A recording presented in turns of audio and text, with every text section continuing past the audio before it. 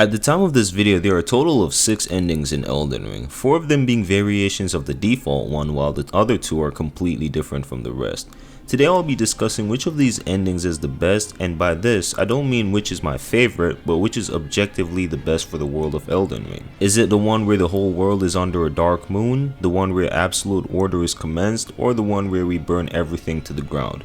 Okay, that one is obvious, but before I get into the video, I should mention that this video is more about the new ages of Elden Ring, not necessarily just the ending, as while I will be discussing and going over the endings, one of them, which is not part of the 6, is more of a what if scenario instead of an actual ending. Now when it comes on to discussions like this, I'm just gonna leave a little disclaimer. These are just my interpretations from the story and lore. There are no concrete evidence that state which of these endings are objectively the best, as most of them are skewed in mystery. So before you leave a comment like, oh my gosh, you're so dumb, obviously the Age of Consent ending is better than the one that you chose, please don't rank again, just remember what I said. And look, we're all mature people here. If you disagree with what I have to say, then that's fine. Just leave a comment explaining why. You don't have to be weird about it. Anyways, if you like content like this, then be sure to like and subscribe, and if you don't, then that's absolutely fine by me. Anyways, let's get right into the video. This ending is achieved by interacting with the 3 fingers, who are similar but a separate entity from the 2 fingers. While the 2 fingers are created by Metyr and serve under her and the Greater Will, the 3 fingers were created by the Frenzied Flame, or at least the outer god responsible for it. The 3 fingers are located under the capital, and if you open the door and go into their embrace, then you will be left with burn marks on your body, and your eyes will now take on the color of the Frenzied Flame itself. After doing this, Melina will approach you disappointed and threaten to kill you if you choose to become the Lord of Chaos. After defeating Radagon and Elden Beast, the statue head of Marika will crumble, the tarnish rises from the ground and turns around, only for their head to be replaced by an orb of frenzied flame. And outside, we see that not only is the Erd Tree burnt and completely destroyed, but also everything in the world, or at least the lands between. After this, we see Melina picking up Torrent's burnt whistle, which means that he died and now she swears destined death upon us. Before I get to why this ending is probably the worst one, I want to say one thing. I just really love the uniqueness of this ending. All of the other endings except for the Age of Stars are just variants of the Age of Fracture, while this shows that not only has your character become the Lord of Chaos, but they were able to destroy everything, and the person who was not only your companion but someone who swore an oath to you, aiding you in achieving your strength, is now going to hunt you down to kill you. It's a great ending, especially when it comes on to the scenery. However, despite it being cool, it is the worst one when it comes on to being beneficial for the world. Oftentimes when there is a poll or a discussion about which Elden Ring ending is the best, a few people like to point out the Frenzied Flame ending, which is weird because there's barely anything good about it. Now I know that when it comes on to the Souls games, a lot of stuff are left up to interpretation, and because of this, it's hard for me to tell someone that what they think is incorrect, especially when some of these people provide a decent argument. The argument that gets brought up a lot is the fact that the world is already corrupt and evil, and it deserves to be destroyed. Okay, I take that back, that's not decent, it's just nihilistic. The ending is literally just you burning the world to a crisp and your former ally turning against you. It's one of the only times FromSoft made an ending that is just straight up evil, so I don't think it's weird for me to place it here, as there's nothing good that comes from this. It's not like when the world is burned it will be rebuilt into a better one. No, there are no promises of a greater or at least a more optimistic future. Again, the world is literally just burning and that's it. People, if not dead already, will be consumed by frenzy and go mad. I don't think I even have to explain further on why this one ranks so low. The Blessing of Despair ending is achieved by progressing through the Dung Eater's questline. Before I get into the ending itself, first I think it's best to explain the Dung Eater, so we can get a better understanding of him. The Dung Eater always wanted to be an omen. No one really knows why and how this obsession started, but I like to believe that since omens are disdained by the world due to their appearance, I think that he might have felt some sort of sympathy and relatability to them, as most people speak of the Dung Eater as a person they disdain. I also think he was probably chastised due to his appearance, as he's ugly as hell. Again, this relatability is what probably drove him to his obsession with the omens, even wanting to become one, as he decorated his armor with horns just like how they were born with them. Fast forward some time later, Dung Eater is spreading a curse through the lands between, known as the Seedbed Curse. This curse will prevent dead souls from returning to the Erd Tree, forever cursing them and their children and their children's children. His words, not mine. Fast forward again, we then get the mending rune of the Fell Curse, and after fixing the fractured Marika, the rune is now overgrowing on the Elden Ring like a parasite, and this causes everything to, well, look like this. The sky now looks shit-stained brown, and the world is now covered by a dark fog. While this ending may not be as bad as the Age of Chaos one, it is definitely not all that good either. First of all, everyone is now cursed to be omens, which doesn't seem to be all that bad, as the omens were once seen as divinity back in the Crucible era, but my main issue with this is that omens seem to suffer a lot, not only because of their persecutors, but with themselves as well. Their bodies have long horns protruding out of them, which seems to be able to grow back into them, causing harm. Look at Moog for example, one of his horns literally grew into his eye socket. The omens also seem to have an evil spirit haunting them in their nightmares, as part of the omen smirk mask reads, "This visage is carved in the image of the evil spirits that haunts the omens in their nightmares." There aren't any good upside to this ending, as everyone is now cursed to being an omen forever. Like, that is messed up. The Age of Fracture ending is the basic ending of the game. Some would call it neutral, as there isn't anything good or bad about it, until you look into it deeply. After placing Marika's head on her body, we restore the Elden Ring as we know it. After this, we become the Elden Lord of the Fractured Age. Now the main reason why this ending ranks so low is because nothing really changes. Everything remains the same. Literally all the problems of the world is still there.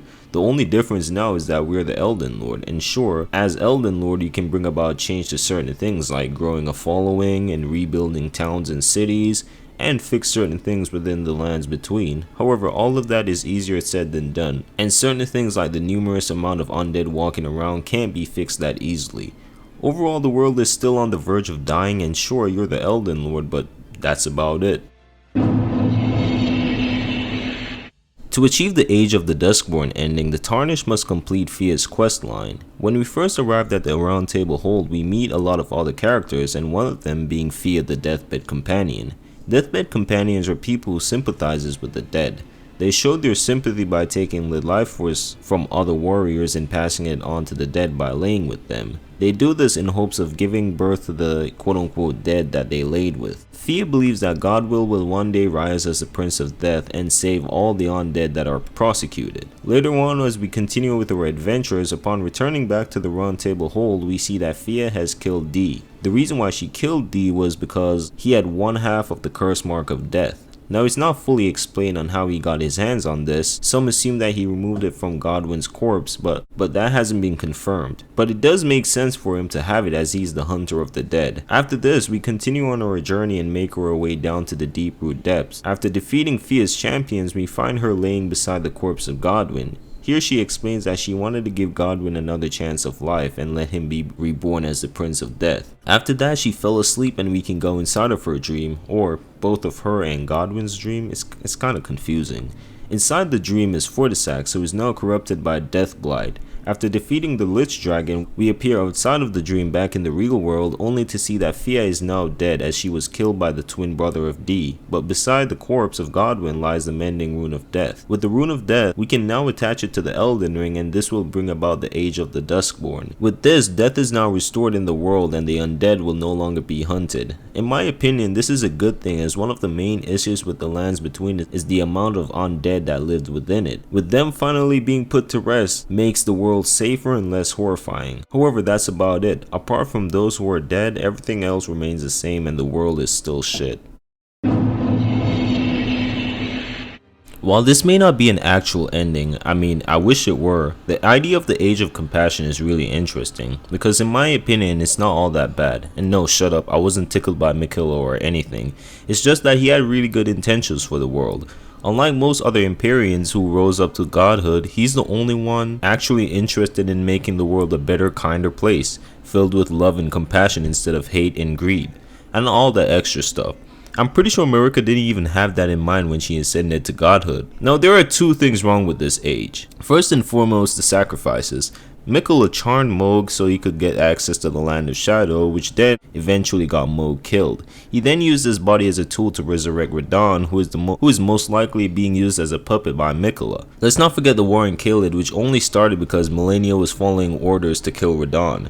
This war led to the death of many people due to the Scarlet Bloom. Now in the grand scheme of things, Miquella's sacrifices doesn't seem to be all that bad, especially compared to Marika, who committed mass genocide, but it's still questionable, especially for someone who preaches about love and compassion. But that's not even the main reason why this Age of Compassion is bad, because if it was just that, then I would have been cool with it. But the fact that in his age, people would be placed under a spell to follow his rules is kinda weird, especially since this means no one truly has free will. Now, would this make the world a better place? Probably, but we know for sure that the spell can be broken. Sure, Miquella was the one that broke the spell, but what if someone who isn't affected by it do it? This would cause the people of the new age to riot after finding out that their free will was taken. But who knows, some of Miquella's followers, even after finding out what he did, they didn't seem to care that much, so maybe people would have just been fine with it. Overall, this age sounds really good in thought until you realize that Miquella is just running a supreme dictatorship.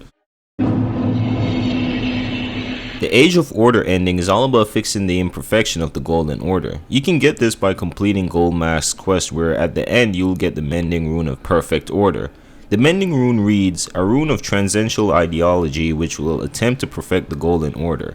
The current imperfection of the Golden Order or instability of ideology can be blamed upon the fickleness of the gods, no better than men. That is the fly in the ointment. This means that this Age of Order is all about relying more on the Tarnished Lord rather than the interference of any gods. This ending, while a bit more optimistic than the other ones, still makes me wonder if it's truly the best. Hear me out. The main reason why this Mending Rune exists is because it believes it will perfect the Golden Order as we know it by removing any influence from the other gods, as they are no better than men. But here's the thing, wouldn't that mean we as the Tarnished Lord of this new age could lead down to the same path as them? Who said that we were the right choice for this? I mean, I'm not saying that we aren't, but at the same time, we're just humans after all. You see, this is the thing, a lot of the endings in this game and the previous ones are left up to interpretation. There's a chance that this new age will crumble, but there's also a chance that it won't. As the way the narrator describes this, he talks about this in the past tense, so this probably means that the Age of Order did succeed and we made the world great. But who knows, maybe I'm wrong. But apart from that, I do think that this ending is at least better than all the previous ones I've mentioned. The Age of Stars ending is genuinely my favorite ending in the game. Not because I'm a Ranni simp or anything, it's literally just greatly executed. It's also the second one that isn't a variation of the Elden Lord ending. In this one, instead of the Tarnished fixing the fractured Marika, Ranni does it instead. Here she tells us that under her age, people will have full control of their own motivations, ideas, and self through fear, doubt, and loneliness. While the last part may sound a bit questionable, her plan is to again make people rely on themselves rather than an outside force. Now, does this automatically mean that the world is going to be a better place? Not really, but it is a great start, and I actually like it since the world is going through a whole new reset, or at least completely removing the Golden Order influence. But here's the thing, her ending is okay, but I have to mention the sacrifices it took to get here. She literally conducted an assassination of her brother, killing him, leaving his body alive and his soul dead. This said brother was loved by many people and was probably a super great person. This eventually led Marika to snap and shattered the Elden Ring, which then caused many wars to come after this. Not only were there wars, but the state of the lands between has been quite shift after this, with countless undead walking around and other stuff like that. But it might seem weird to put this ending here as the best, even though it was built on a lot of sacrifices. But let's just get one thing out of the way. None of these endings or ages are good in a straightforward way. They all come with strings attached. For example, Miquella wants to make the world a kinder, better place, but he also wants to mind control people, removing their free will. The Age of the Duskborn restores death into the world, but this doesn't change the other issues in the lands between. We don't see if our characters were able to make the world a super better place. We can only hope. And the only two endings that I can see this happening is with the Age of Order and the Age of Stars. And the Age of Stars being my favorite again due to the fact that Ranni is completely resetting the order and laws of the world so people can depend on themselves. Sure, this would probably mean that there would still be conflict, but I don't think they will be on the same scale of how everything is currently.